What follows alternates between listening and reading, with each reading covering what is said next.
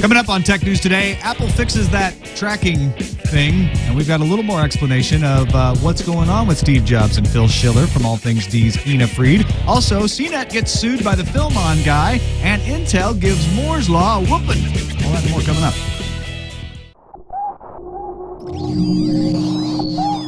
Netcasts you love. From people you trust. This is TWiT. Bandwidth for Tech News Today is provided by Cachefly at CACHEFLY.com.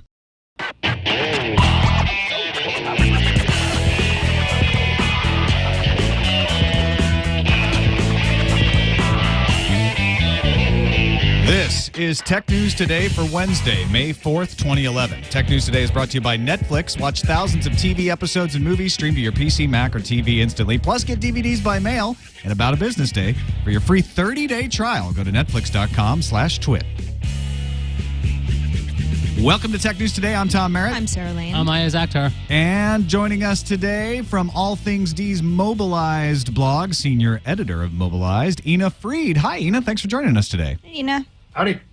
I really appreciate having you along. We've got a story right off the top that you were covering over there on Mobilized. Apple is finally updating their iPhone OS to, reduce the amount of location data stored and give you the option to get rid of it, right? Yeah, so this came out of that whole flap about a week and a half ago where some researchers said, oh my goodness, there's all this location data on your phone. Everyone assumed it was the actual location data. Apple says it's not actually exactly where your phone's been, but it's the relevant portion of a crowdsourced database. But in any case, it was a year's or in some cases many months worth of data that was on the phone, and it was on there whether or not you had location data. So what Apple's done with this software update is they've changed three things. One, it'll be a shorter amount of data. Two, it won't back up to iTunes. And three, if you turn off location preferences, so you're not using location-based information, then it'll clear the cache entirely. That makes sense, because if all this was a subset of a crowdsourced database meant to help you find better connections and location faster, you don't need that backed up on iTunes, right? Well, you know, the funny thing is that Apple said ideally, actually, you'd have the whole database there, the whole world, so that it wouldn't have to connect to a server. And the reason it had so much was because it was a small amount of total data. So the whole amount of data, even though it was like a year's worth of where you may have been, it was only like half the size of a song. So, you know, the idea was, well, why not have a bunch of it on there? Clearly, the issue of why not is because then you have a pretty good idea of everywhere you've been in the last year. And the biggest bug, and you actually talked to Steve Jobs and Phil Schiller, and the biggest bug they said was that this should go away if you turn off location services because you don't need it anymore. You don't need it, and you shouldn't be contributing to it, because this is actually built using anonymous aggregated data from all the iPhone users out there. And if you don't opt into location-based services, then you shouldn't also be contributing to this database either. But as Steve Jobs points out, if you opt out of location-based services, you're opting out of a lot. I mean, part of the value of these smartphones is the fact that they do know where you are. So yes, you have the option to opt out of location-based services, but that's a pretty big out for those that choose it. Do you think Apple could have done a better job of telegraphing what this was for? I mean, people in the forensic community knew about this a long time ago, and Apple didn't say anything about it, and now everybody's got the wrong idea about what this file is because, you know, people's mothers and grandmothers, folks are writing in and telling us they think the iPhone tracks you now because of this. Yeah, I mean, what Apple said is that they took their time because they wanted to really understand the problem. And while there's merit to that, the challenge is for a week there was silence. And so people, you know, it allowed a lot to get in motion. You know, Congress was having hearings, all this stuff happened. And people just assumed for that week that the iPhone was tracking you. First of all, the database apparently wasn't you exactly. It was the general area you've been, but also it wasn't sending that data anywhere. I mean, one of the concerns initially was with that much location data, it was a lot in the hands of attackers if they ever got it. But the issue here is it wasn't really sending that data anywhere. So this idea that it was tracking you implies two things. One, that it was collecting it, and two, that it was sending it somewhere. And it really never was sending it anywhere. How did you get Steve Jobs and Phil Schiller to do an interview with you? Those guys never talked to anybody. Well, Apple talks when they want to talk, and this was a time where they decided that they really did want to clear the air. They have a message and they wanted to get it out. And they chose a few folks, and I was fortunate enough to be one of them. You're good at getting those folks. I know when we were both working at CNET, you would always get Bill Gates interviews, Steve Ballmer interviews. So good job, Ina. Thanks. Let's move on to Intel mass producing 3D transistors. That's the headline anyway, and that's going to give people a big misimpression about what's going on here. The transistors are not delivering 3D programming. The transistors themselves are, in fact, three-dimensionals. This is going to be a part of the new Ivy Bridge processor series that we'll get in the second half of the year. 22 nanometers using tri-gate transistors. They expect to begin commercial production later this year. The idea here is that in a current transistor, you have one plane, a planar channel that is running your gate, right? Running through your gate. So you can turn it on, you can turn it off. In the same amount, roughly the same amount of space, if you tilt the plane up on its side, you can actually fit more channels running through. It's kind of like more surface area without really expanding the overall container size. So instead of a planar panel, you're replacing it by what they're calling fins, which gives it more surface area and makes it more conductive. It's a bit of a complex concept, and Intel actually did a really good job putting together a YouTube video. You can see it on a gadget. You can see it probably at Intel, and they show you what they're trying to do. This is theoretically going to have a lot more power savings on these processors, and Intel's been gunning for that mobile market for I don't know how long now, and they're still losing out to ARM architecture, so this might be the jump for them. They also had a video of these processors actually working in 3 different devices already, so this is not just a theoretical concept. Yeah. This is something they have working right now with Windows 7 and a couple of games, actually. Well, I mean, the basic stats are really impressive. I mean, 37% increase in performance, potentially, 50% decrease in power usage, wow, but an only 3% increase in cost per wafer to manufacture these. I mean, those numbers sound really promising.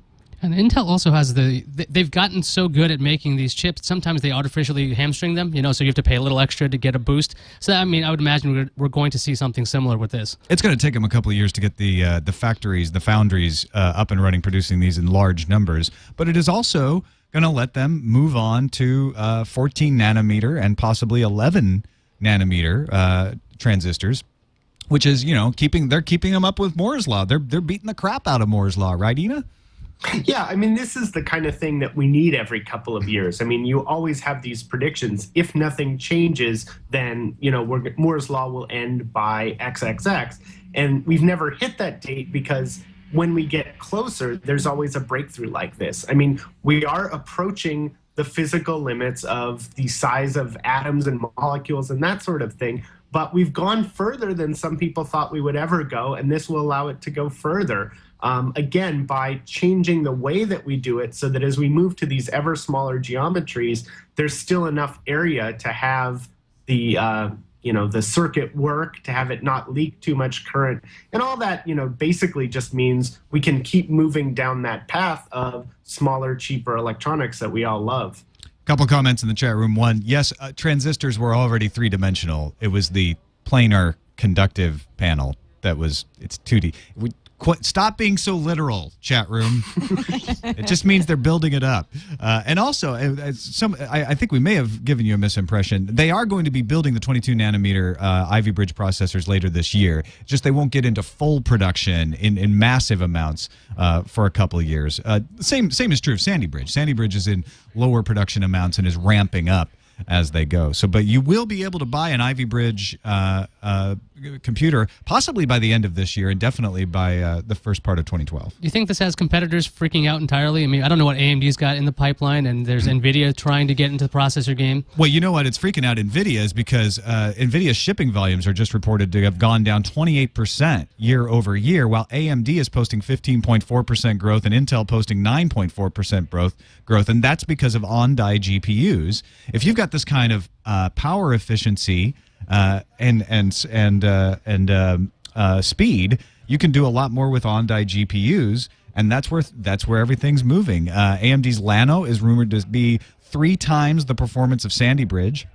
And Ivy Bridge, the one we're talking here with the Tri-Gate transistors, is rumored to threaten mid-range discrete GPUs. So NVIDIA's got to move over to making those ARM mobile products and Project Denver and all that stuff if they want to remain competitive. Yeah, for the most part, things like Sandy Bridge and AMD's Fusion or Llano, whatever they're actually calling it officially, those things can really take care of a lot of the medium lifting, not the heavy lifting stuff that you need a real graphics GPU for, but these things are just good enough that they can displace things like NVIDIA. I mean, we've seen NVIDIA actually allow their SLI technology to be on AMD motherboards. So maybe they're just desperate trying to get some kind of foothold everywhere at the same time.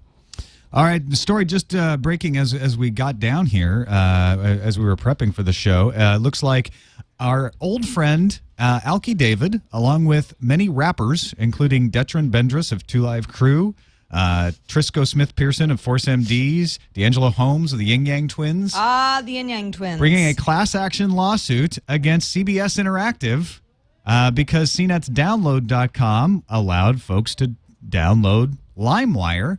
And LimeWire is in the phase of its trial where they're figuring out just how much damages LimeWire owes for fostering copyright infringement. Well, Tom, you both used to work at CNET, obviously owned by CBS Interactive.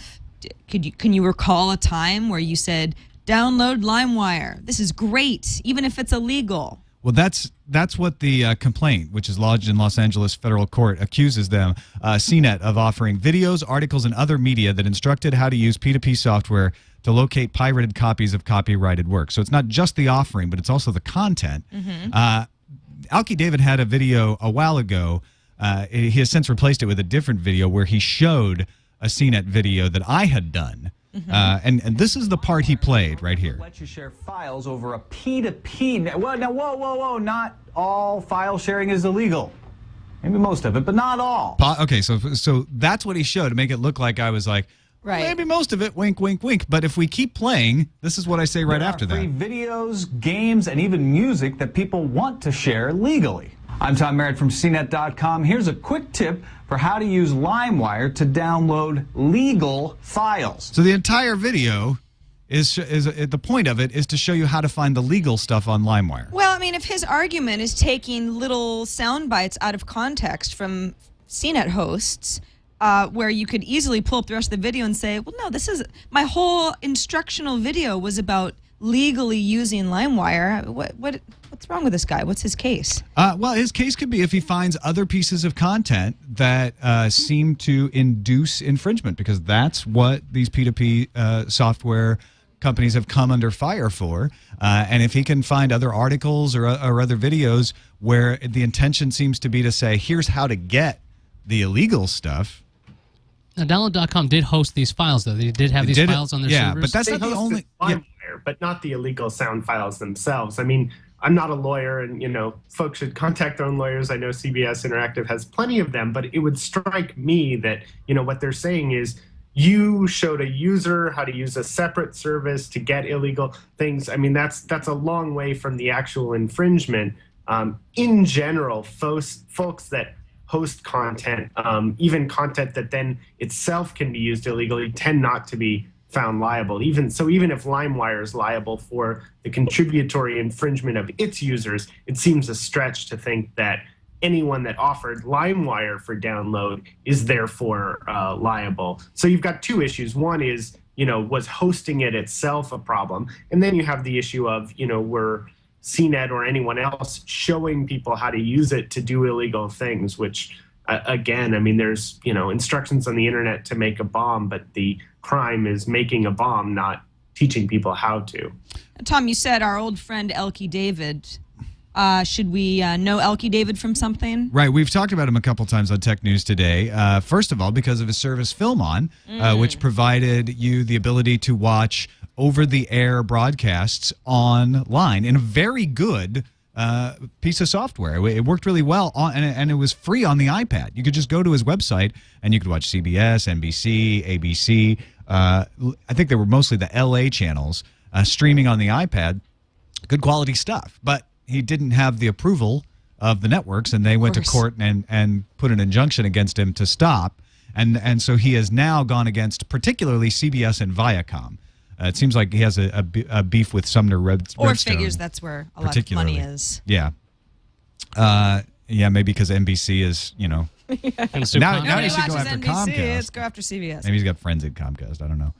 Anyway, this case will hinge on whether he can show inducement in the content on CNET, which is questionable. Well, that lower third did say how to download legal files. So well, that one. But if you can find other content, I don't know. There's lots of articles and videos there. Does have an interesting video saying these are paid CNET employees saying things like you can download software. Even then, though, I don't know if just having content that says, this is where illegal stuff is enough to convict you of copyright infringement because you're not even providing the software. No. Yeah, I mean, imagine the real world analog here. I could tell you the part of Taiwan where you can find bootleg DVDs. Really? But Can you? Oh, yeah. I just walked on the street. We'll talk after. No, but you're right. That is not illegal for you to tell me what neighborhood that's in. All right, let's take a break and thank our sponsor, Netflix, who bring you the ability to stream legal videos, movies and television shows. In fact, a lot of people are saying Netflix is responsible for a decline in P2P traffic because they're one of the folks giving you a legal alternative where you don't have to worry about whether what you're doing is legal or illegal, and you can watch thousands of TV episodes and movies. They have great stuff. I was just watching Hearts in Atlantis last night on my iPad off of Netflix streaming. And the reason is I just finished the book. And this is what's great about Netflix. I just finished the book, and I was like, well, I kind of want to watch this movie now and see what it's like. So I just pulled out my iPad, did a search. There it was. Watch instantly. Boom. I was watching it in seconds. Now, when you watch a movie on your iPad, do you use the smart cover? Are you just holding it? I had stick it on a magnet on the wall? I had it propped up next to me. Yeah. Just using the smart cover. And Smart cover is not really the best way. I like my old iPad cover. That provided a nice tripod thing, but smart cover works okay. Good flick. But yeah, let's say Anthony Hopkins, fantastic. Sure. Having just read the book, I felt like the movie that is a very common reaction to the movies after was reading a little really bit of a summary of the book. But I was glad I watched it. And you can stream, you don't have to watch it on an iPad or an iPhone or even a desktop PC. You can stream it to your PC or Mac.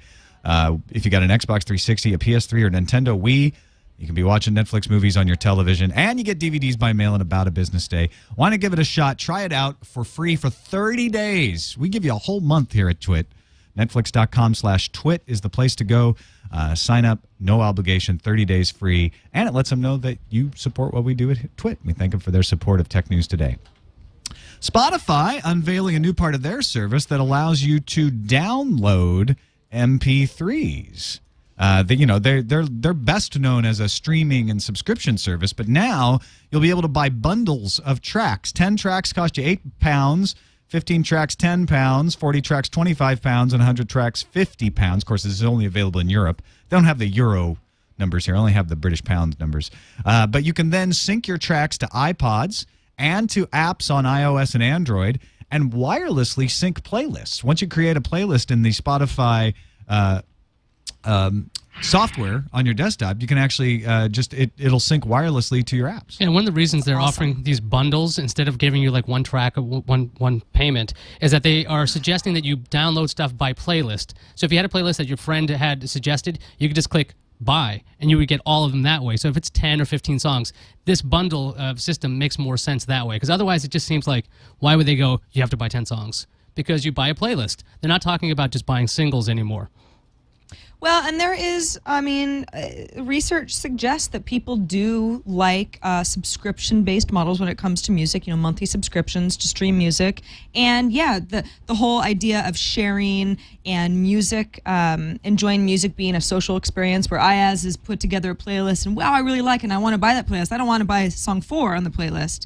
Although I do think it's some people are going to be put off by having to buy songs in bundles, but it's a really interesting model. Does anyone think I wish I could use it. Is it odd that Spotify is going into the download business after being streaming only to anybody?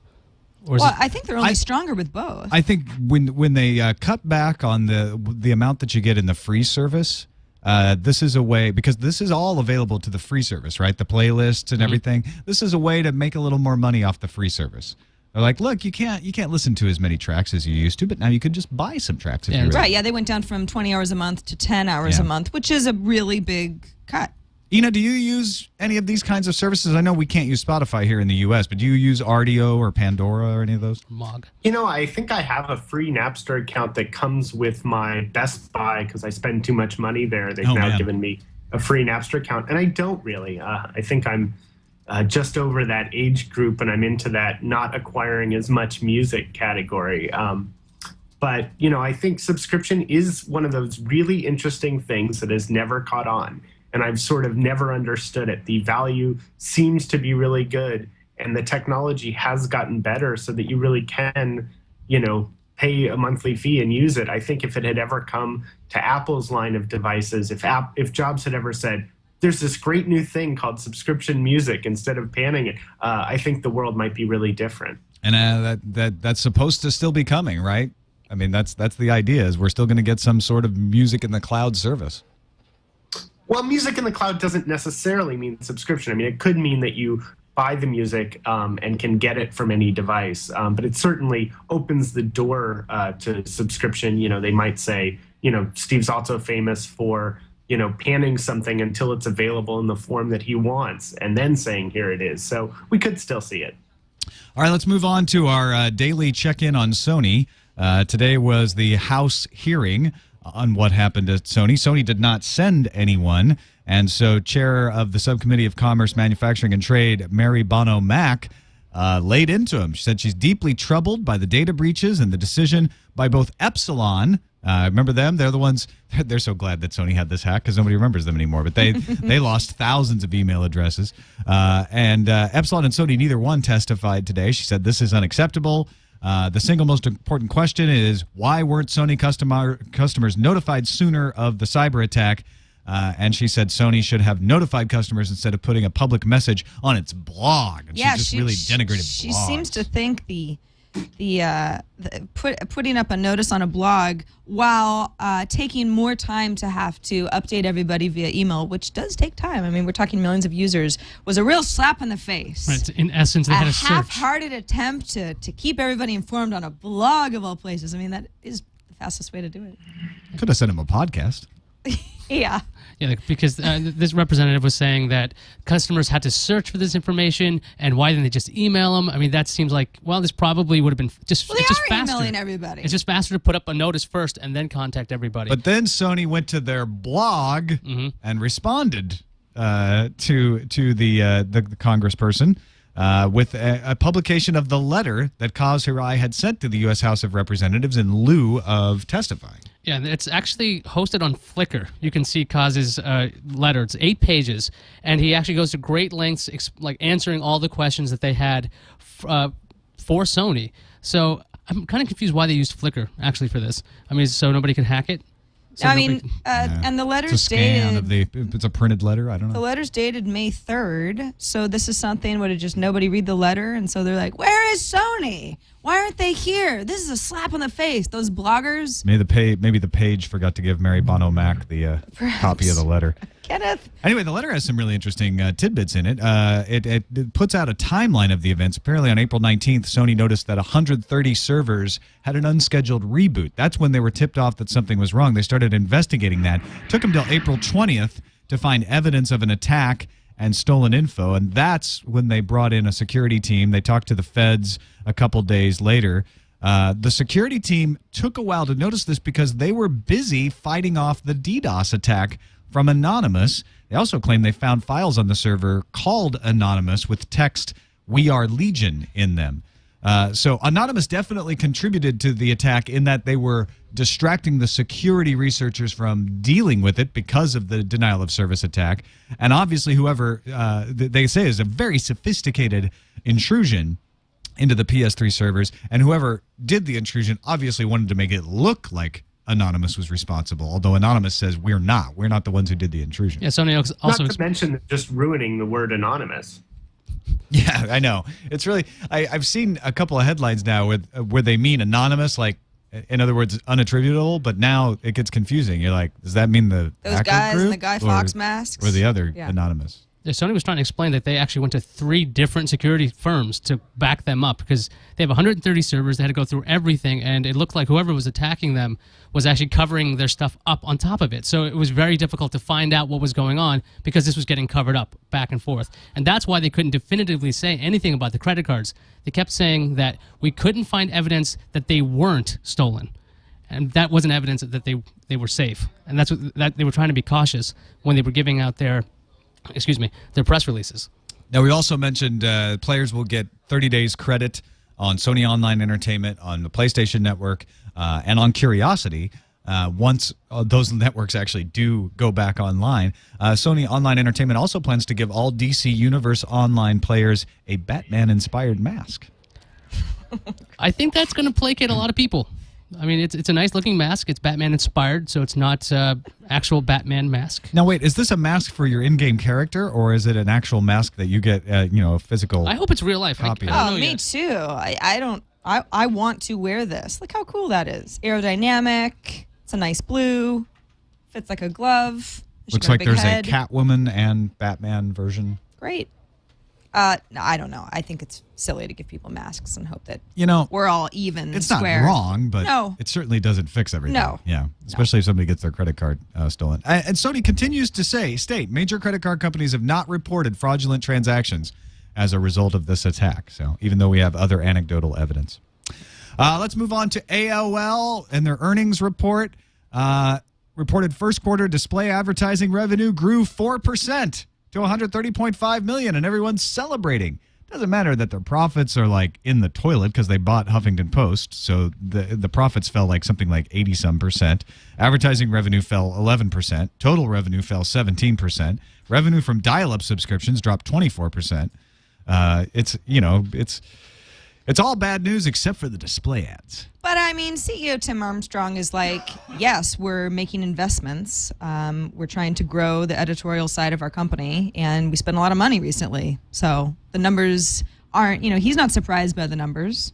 And I think that a lot of, investors aren't surprised by the numbers as well because you kind of knew what you're going to get before today. I think people are also celebrating because the revenues were expected to be something like $526 million, and they made $551. So while they were expecting to lose a ton of money again compared to the last quarter, they didn't lose as much. It's that same stock. Do you think that AOL's actually turning the corner, Ina? Well, I mean, they're doing something. I mean, I think if you contrast it with, I'm not going to name any other names, but I'll mention a color, purple. Companies that are in a turnaround mode, I certainly think you see AOL saying, here's our strategy and here's what we're doing to go after it. I think people are less clear on what some others, maybe Yahoo, are doing to sort of turn around that business. Whether it'll work is another question, but I think, these aren't easy businesses to shift. And, what's amazing to me is that AOL still has a dial-up business at all to depend on is pretty incredible. Yeah, I know. It's a $215 million business.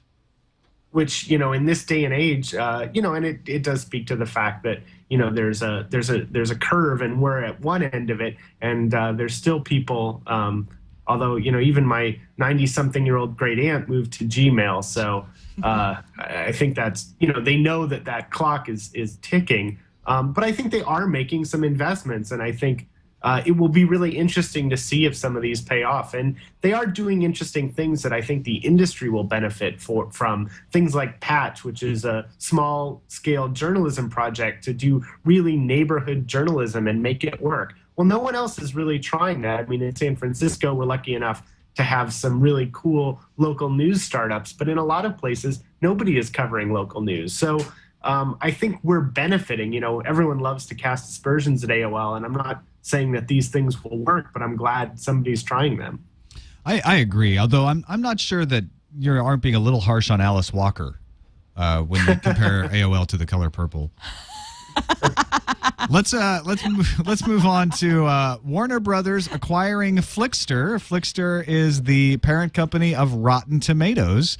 They bought Flixster. It looks like it'll be somewhere between $60 and $90 million, depending on how you look at it. Warner Brothers Home Entertainment Group will use Flixster's brand and its technical expertise to launch a number of initiatives to grow digital content ownership. What does that mean? Including a recently announced customer application called Digital Everywhere. It's the idea that once you buy a video, you can access it on all your other devices. You can authenticate across all the different platforms. Now, Flixster is also like a movie. Is it recommendation engine? Is that what it is, or it's like a social movies kind of site thing?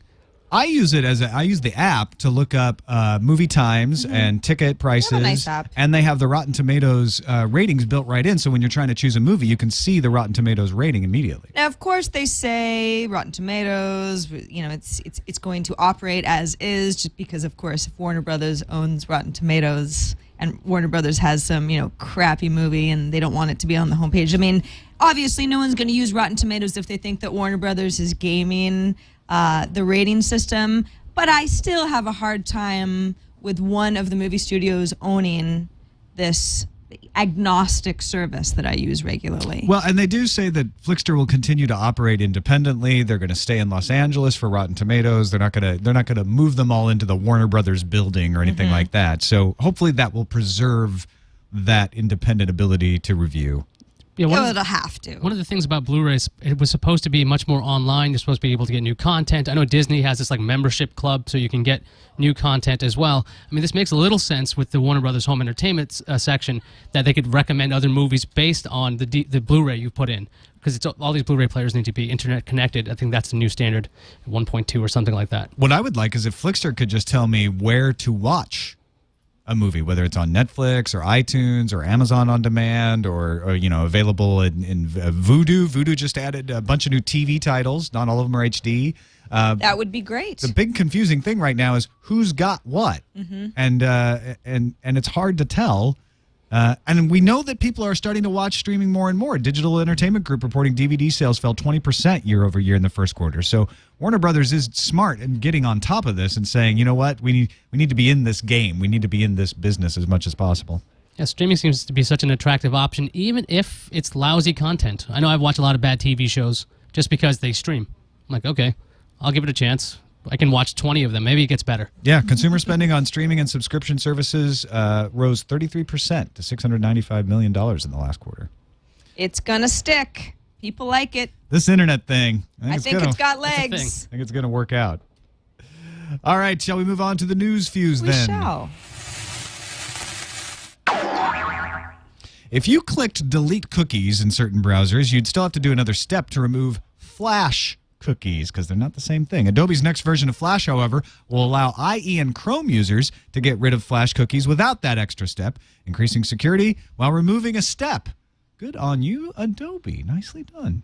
Pandora is about to get hilarious because it's added 10,000 comedy clips from over 700 comedians. Pandora is actually using its Comedy Genome Project, which will analyze jokes, kind of like how the Music Genome Project analyzes music. So if you're looking to discover new jokes similar to your old favorites, Pandora can actually help out with that. But in place of a thumbs down, if you don't like the joke, I suggest a cane animate from the side of the browser and just pull you onto the next joke. Like a giant joke. Gong. Or that. Or Rotten Tomatoes. Or Rotten Tomato. Well, Rotten Tomatoes are so that. corporate now, I don't know. I don't know. ISIS was developing a standalone NFC payment system powered by Discover. The Wall Street Journal is reporting that ISIS is rethinking things, and the system would let Visa and MasterCard accounts be usable. By getting along with these credit card giants, payments by NFC in the United States might actually become a reality. Just swipe. Next time you board an American Airlines plane, you might be able to order more than just food. The company is testing a service that would allow you to stream on-demand video content to your Wi-Fi-enabled device, bringing them into the 21st century. The system is powered by AirCell, which will provide content from the ground beamed to the plane. Pricing has yet to be determined, and we don't know what kind of restrictions they're going to put into place, but expect to see this by the fall. American Airlines. I just want Wi-Fi on my planes. Yeah. The food could be better, too, but that's a whole nother ballgame. Gouge you on the price. Apple Insider is reporting that Mac users will be able to get OS X Lion via the Mac App Store, and dev versions of Lion are already available in this way, so it isn't that far of a stretch to think that this will be the way it goes. Pair that with Apple's tendency to get rid of things like optical drives on MacBook Airs, and that little rumor gains a lot of credibility. A new ComScore report, I know everyone's excited, says that Facebook serves almost 1/3 of online advertisements in the United States. In just the first quarter of 2011, Facebook served up 346 billion ads of the 1.1 trillion ads that U.S. users have seen. That's double the amount of ads Facebook served in quarter one of 2010. Maybe that little Facebook company is going to make it. Just maybe. They're going to make it just like the internet. ComScore. Apple announced new iMacs yesterday, and teardowns show there's something special inside. Magic. It's an Intel Z68 chipset, to be specific. That little chipset is not scheduled to debut to the rest of the world until next week, but Apple started shipping the new iMacs with the chipset yesterday, once again confirming that Apple can time travel. Google TV's, many would say less than spectacular debut, has Mountain View reevaluating its approach to the web video box, meaning that Google TV will probably get an overhaul, and it's possible we'll find out more at Google I/O next week. The plan is to get the new Google TV out by this year's holiday season. Yeah. So, and you wrote this story up for Mobilized. We've been hearing this for a while, that Google's finally going to get better on the Google TV. I mean, do you have anything else to add to this that can give me more hope that my Logitech review unit will be better to use? Well, the best thing is that this new version that's due out later this year should work on your Logitech review, which is something that we don't always see. Sometimes users are super penalized for being early. In this case, I think whatever they do will work on your box. So that's the first thing. I think for most people who didn't buy one of these, the question is, why would I want to? And I think they're trying to find a different answer there. I think, a lot of people assume this would be a cord-cutting device. And I think they're going back to the standard interactive TV proposition, which is we make your TV experience better. And it seems like such a no-brainer. I mean, Americans spend so much time watching television content. Wouldn't it be great if you could make that experience better and more interactive? And time and again, whatever the industry has been able to deliver, people have gone, and gone back for their regular old remote control. So, I think it's interesting and probably necessary that they're focusing on not a cord cutting, because the Hulus of the world can block that, but still challenging to come up with what is it people want to do. Now, I think a lot of the answer here is going to be apps. And I think we're over time going to see this answer from both Google and Apple. Apple built iOS into the latest Apple TV. You can't run iOS apps on it today, but boy, the architecture is sure there. And Google is saying you will be able to run Android apps on your TV. And I think what this opens up is, think of that huge flat screen TV you have as just a really big monitor for any kind of app. And I think once you look at the quality of games that are coming onto these Android and iOS devices, and you think of it, there's no reason that couldn't be your game system. I know. If they gave me apps on my Google TV, 100% will change my opinion of it. Well, No- they no will doubt. this Yeah. year. Yeah. This year. And at I/O, we probably won't hear too much about it, but there is a session for developers on how to get their Android apps ready for Google TV. So we'll have a little bit more to say on that next week. All right, let's move on to the calendar. HP Pavilion DM4X. Used to be just DM4, but now there's an X on it. With Sandy Bridge is now on sale, starting at $730 with upgraded models available. The 16 gigabyte Zune HD is dropped in price to $169. The 32 gigabyte version is now $200 or $199.99, which is the same price you would have paid for the 16 gig before the drop. So there's a little bit of a savings there. Microsoft has started shipping a security update for Windows Phone 7. Fixes SSL certificates that were issued by Komodo after one of its resellers was hacked in March. Nodo's version 7390, the new security update brings the operating system up to 7392. But, you were telling us before the show, people who didn't upgrade through their carriers are SOL, right? Yeah, so one of the things that Microsoft said today is if you used an unauthorized mechanism to get to Nodo, you're probably not going to get this update or any future updates, nor is it going to help you back up so that you can. So I think they're taking a pretty hard line here on people using unauthorized updates, which is a little bit interesting for a platform that's so new. You would think that they need to hold on to, especially their enthusiast users. But, they also want manageability, and they're struggling to catch up. And what they said is, look, we want to get Mango out later this year. We want to do other things, and we can't spend our engineering resources figuring out how you should update something that you weren't supposed to do in the first place. All right, Nintendo has cut its Wii price down to $150, and they're throwing in Mario Kart. So if you want a Wii, $150, you get a game cheaper. too. The HP Veer 4G will hit AT&T on May 15th for $100 as well. And Gadget confirmed that the phone will support HSPA Plus in areas with upgraded cell towers, so they can call it a 4G phone. Just think of it as an HSPA plus. And not LTE. Tom has yeah. It is the first of the post-Palm acquisition era phones from And it's HP. the lamest one. Yeah. But it's so little. I know, it's the size of a credit card, and it folds out. Don't swallow it. And it's cute. Some people have really taken offense to calling a phone cute. Okay. I don't have a problem with it, but yeah, whatever. To each their own. The HTC Sensation is up for pre-order at Vodafone UK with a delivery date by May 19th. And some Star Wars on Blu-ray updates. The U.S. release will be September 16th. The rest of the world gets it 4 days earlier on the 12th, and it will include 40, count them, 40 hours of special features. Full-time Take job a for week off work. Oh my goodness, that's fun. And Mass Effect 3 has been delayed to Q1 of 2012. Sorry, if you wanted it earlier, you won't get it.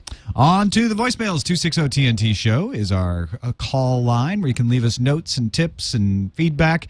And if they're fairly concise and packed full of information, we may play it on the show like we're going to do here from Dominic, who's got a good bargain for Canadians. Hi, TNT crew. This is Dominic from Canada. Interesting thing. Went to Rogers, bought a new phone for my daughter, a $20 phone.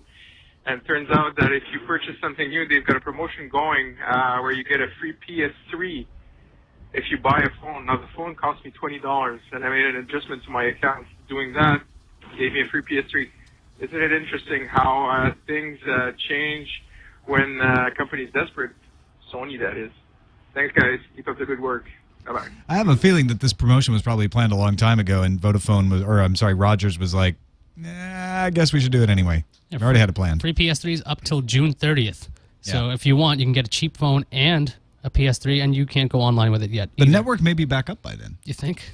I can hope. And we got an email from Lon. Not finding this story anywhere on this, but I haven't had time for a blog post. But I thought you guys could spread the word. People are panicking when after upgrading their iCal to the new Mobile Me version, their iCal calendars disappear. Don't upgrade to the Mobile Me calendar unless you are running Snow Leopard, and he provides a link to Apple's support site. If you do, the primary calendar becomes the one on Mobile Me, and your local calendar won't sync. Luckily, that same page has instructions for fixing the sync in the section if you need to sync a computer with Mac OS X Leopard with the new Mobile Me calendar. Follow these steps. Just talked a client down off the ledge. So this isn't like in the actual discussion forums. This is just a public service announcement that if you're going to change your calendars, read the instructions first before contacting IT. All right, good to know. Also, Jimmy in the chat room hasn't sent me a link to this, but he claims that the folks who made the unofficial Windows Phone 7 updater have got a fix for the Microsoft blockage. Haven't got a link, though, but we'll keep track on that and see if we find that. Ina, thank you so much for being with us. Really appreciate having you on the show again. I missed you since I left CNET, so it was nice to have you around again. Likewise, good to see you. Let folks know what you're doing over there at Mobilized and how they can find the stuff you do. Covering everything from a tablet and smaller over at mobilized.allthingsd.com, hanging out with Karen Walt and having a good time. Excellent. Good folks over there, too. So great to have you on. We should probably get them on one of these days as well. Oh, Jimmy just sent me the link. Walsheed Windows Phone 7 that won't update. There's a fix for that.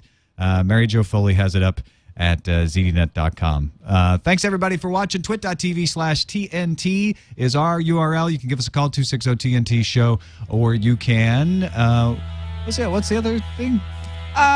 Email, TNT. At twit.tv. At twit.tv. Yeah, that that's old email. Right. Song and dance. We should have just an IM fax line. Just come on over. Yeah, just come see us. us. We're in Petaluma. It's not hard Take us to find. lunch. Yeah. We'll eat it. We like burritos Yes. and enchiladas.